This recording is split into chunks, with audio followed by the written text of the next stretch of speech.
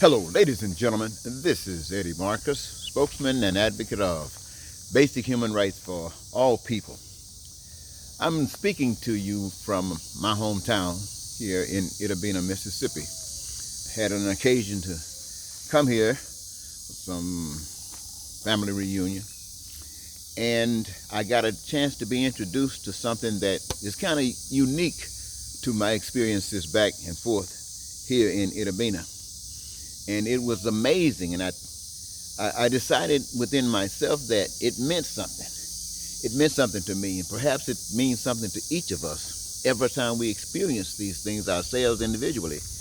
And if this being the case, perhaps sometimes it might take sharing it around with one another so we can say, well, we're not alone. We are in this together. And so, on behalf of Itta, Bena, Mississippi, I'd just like to say that 50 years ago, I left Itta, Bena and Amanda Elsie.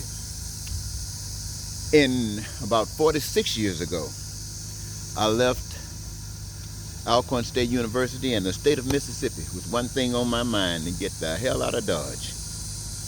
And having done that, I lived, I played, I shared in a lot of things that I'm sure that all of us are quite familiar with.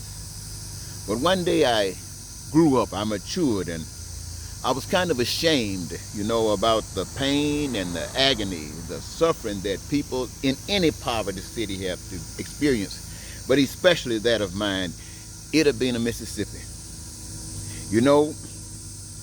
I coming here, I just learned something that was really unique, and that was that Itta, Bena had received a blessing. That a young man who had worked with the city on the Board of Aldermen, who had now become mayor of the city. And the thing that made it appear as a unique blessing is that he had not only said that he would be a mayor that would come to serve, but based upon what I had been hearing for the time that I've been here, is what he has been doing. And that he has done some amazing things, considering the fact that up until a couple of years ago, they had about 8 city employees. Now, that 8 city employees, that must be a small town, and you can imagine that the budget probably isn't that much. But consider this. Presently, they got 2, according to the Greenwood Commonwealth newspaper.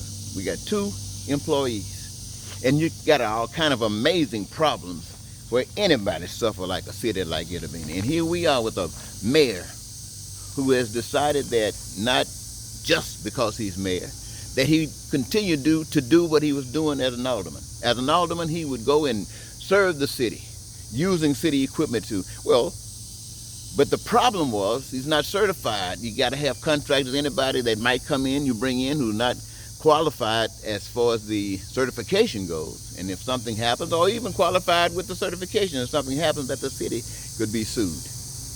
And since they could be sued, they weren't willing to. And so with this 2 employees, now the mayor doing this work. And I understand a lot of people are, for the reasons that I just mentioned, don't want to go along with it. Not wanting to go along with it, they got together and want to make policy that would deny them from doing so. The problem was, according to the Greenwood Commonwealth newspaper, is that they restricted aldermen from using city equipment. Did not include the mayor. Now, the mayor knows that all of that decision was directed at him. He's not naive, but that's the way it is. So here's the question to the people of Itta, Bena. If your city is going through all of these pains and all of these sufferings, and if someone is to help you, if someone got to come to your rescue and make some of this pain go away, and there's a law designed to prevent them from doing so under these desperate situations, what are you to do? Are you supposed to stand up and support that law to kill yourself? Or to allow yourself to die, to allow yourself to just wither away? Or are you supposed to stand up and take every initiative you possibly can to make the change? Well, this mayor, Mr. Reginald Freeman, has stood up and says he's going to do what it's right to do. He's going to do what it's always been right to do. He's going to do what he's been doing. Now, you know, the truth of the matter is, in a system established as we have here in America, they can make policies that can restrict this mayor from using city equipment. But also, the people always got the power to stand up and demand that any policies that is made that cause their death is eradicated and give them life. And so I say, listen to America. America, listen to it. This city is standing up. It is standing up for what any city, any state, and the nation should do to fix their problems. Now, presently, ladies and gentlemen, I am thrilled pink. I am thrilled pink because what I see is that not only is this mayor showing the city what he can do, it is saying to the nation that our ability to serve and to share, to reflect what is greater than suffering, and that's joy. Hey, we're not supposed to be restricted to believe that just because some of us want this and some of us want that, no one has the right to cause pain and suffering on anybody.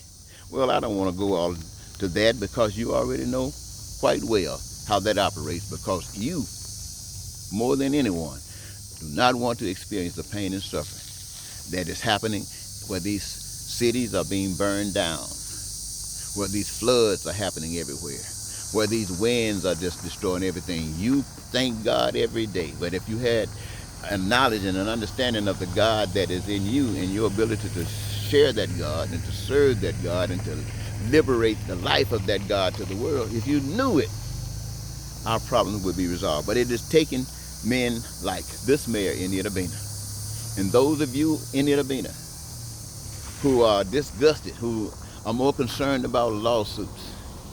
How can you allow your streets? Keep up the great work. How can you allow your city to go through these kinds of changes? I mean, just tell me, how did you do that? You do that because you don't know any better. It's okay. It's very acceptable to the degree that someone who has awakened can come and share with you, knowing that it's going to take revelation, knowing that you're going to have to see the works of those who are committed, the good works. When people start becoming well, when your city streets are starting to get paved again, when those buildings that are dilapidated are removed and you can start doing restructuring, and when you are using the gifts of those of you, that means every last one of you in the city, to engage yourself in a process of lifting up joy in your life, and it's by you that it happens.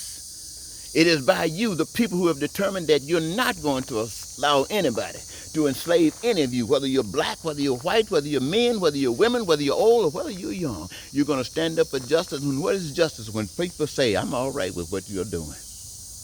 And when they say, I'm not, then tell me why. And if you can tell me the reason why that does not cause pain and suffering to anybody else, baby, your plan is in the game. I'm telling you, we got a man right now who has the opportunity. I see him as a diamond in the rough. And if you, the people in Itta Bena, stand up and support this man in what I hear, I mean, I don't know him personally. In fact, I come into his community and people are talking. And this is what I'm hearing.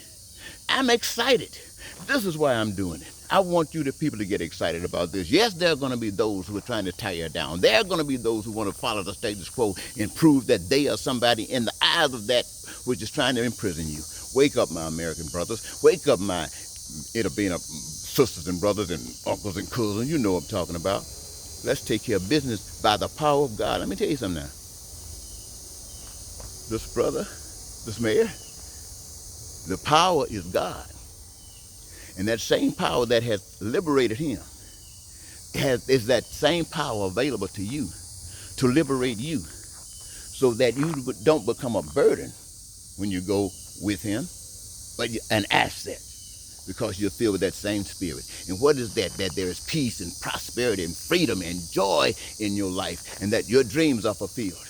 That there's no one suffering as a lack of food, clothing, shelter, and housing, lack of education, affordability, and lack of health care.